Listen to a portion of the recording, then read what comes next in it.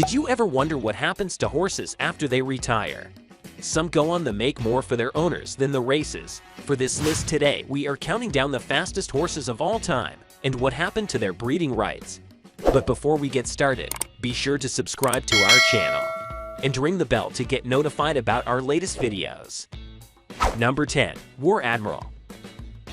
War Admiral's breeding career was as successful as his racing career, and he went on to sire many top-performing offspring, including War Relic, Admiral V, and Busher. Despite passing away in 1959, War Admiral's legacy continues to be celebrated in the world of horse racing. His incredible racing ability, his powerful bloodline, and his place in the history of the sport have made him one of the most influential and beloved race horses of all time. Number 9. Spectacular Bid.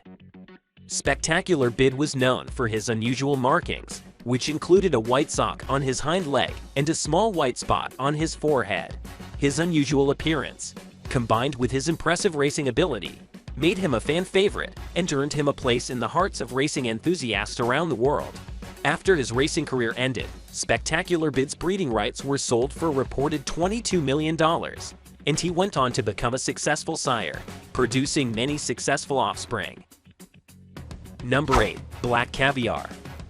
Black Caviar is an Australian thoroughbred racehorse who is known for her remarkable unbeaten record of 25 consecutive wins.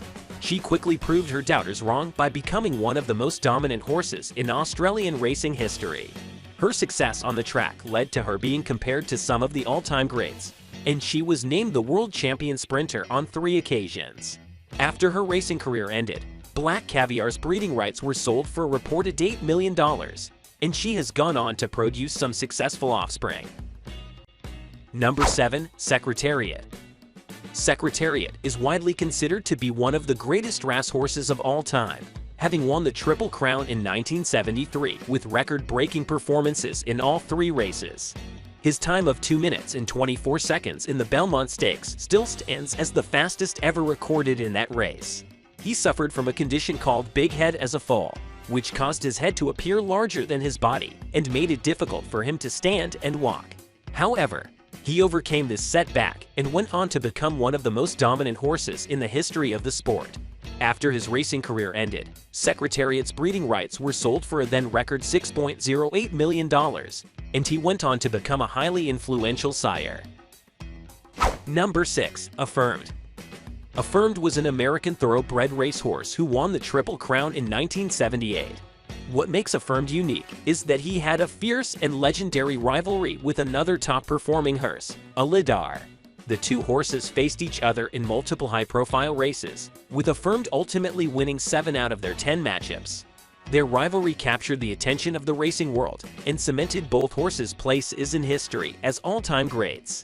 After his success on the track, Affirmed's breeding rights were sold for a then-record $14.4 million, and he went on to become a highly influential sire. Number 5. Cigar. A 16-race winning streak by the Cigar, an American thoroughbred racehorse, was an accomplishment at the time unequaled by any other horse in North American racing history.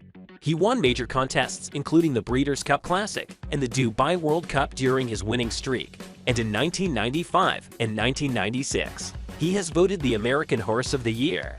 Cigar's tale is noteworthy because his early career was quite ordinary, and he didn't start to find his footing until he was sent to a new trainer, Bill Mott. Being a highly sought-after sire as a result of his racing performance, his breeding rights were finally sold for an estimated $25 million. Number 4. Sunday Silence. The 1989 Kentucky Derby and Preakness Stakes were won by the chestnut thoroughbred racehorse Sunday Silence, who nearly missed winning the Triple Crown by placing second in the Belmont Stakes. He rapidly disproved his critics by rising to the top of the racing world, taking home numerous important victories, and earning more than $4.9 million during his racing career. Being a highly sought-after sire as a result of his racing success, his breeding rights were finally sold for a then-record $17 million. Sunday Silence overcame his early difficulties to go on to become one of the most significant stallions of the 20th century. Number 3. Northern Dancer. One of the greatest racehorses of all time, Northern Dancer was a Canadian-bred thoroughbred that won the 1964 Kentucky Derby and Preakness Stakes. His narrative is made interesting by the fact that he was a relatively small horse, measuring only 15.2 hands, which is considerably smaller than many of the horses he competed against. Due to his performance on the racetrack, his breeding rights were sold for a then-record $1 million, opening the door for him to become one of the 20th century's most important sires. Given that many of the best thoroughbreds in the world today can be found in his ancestry, he is now considered to be a great racing legend. Number 2. American Pharoah. American Pharoah's victory in the 2015 Belmont Stakes was historic, as he became the first horse in 37 years to win the Triple Crown.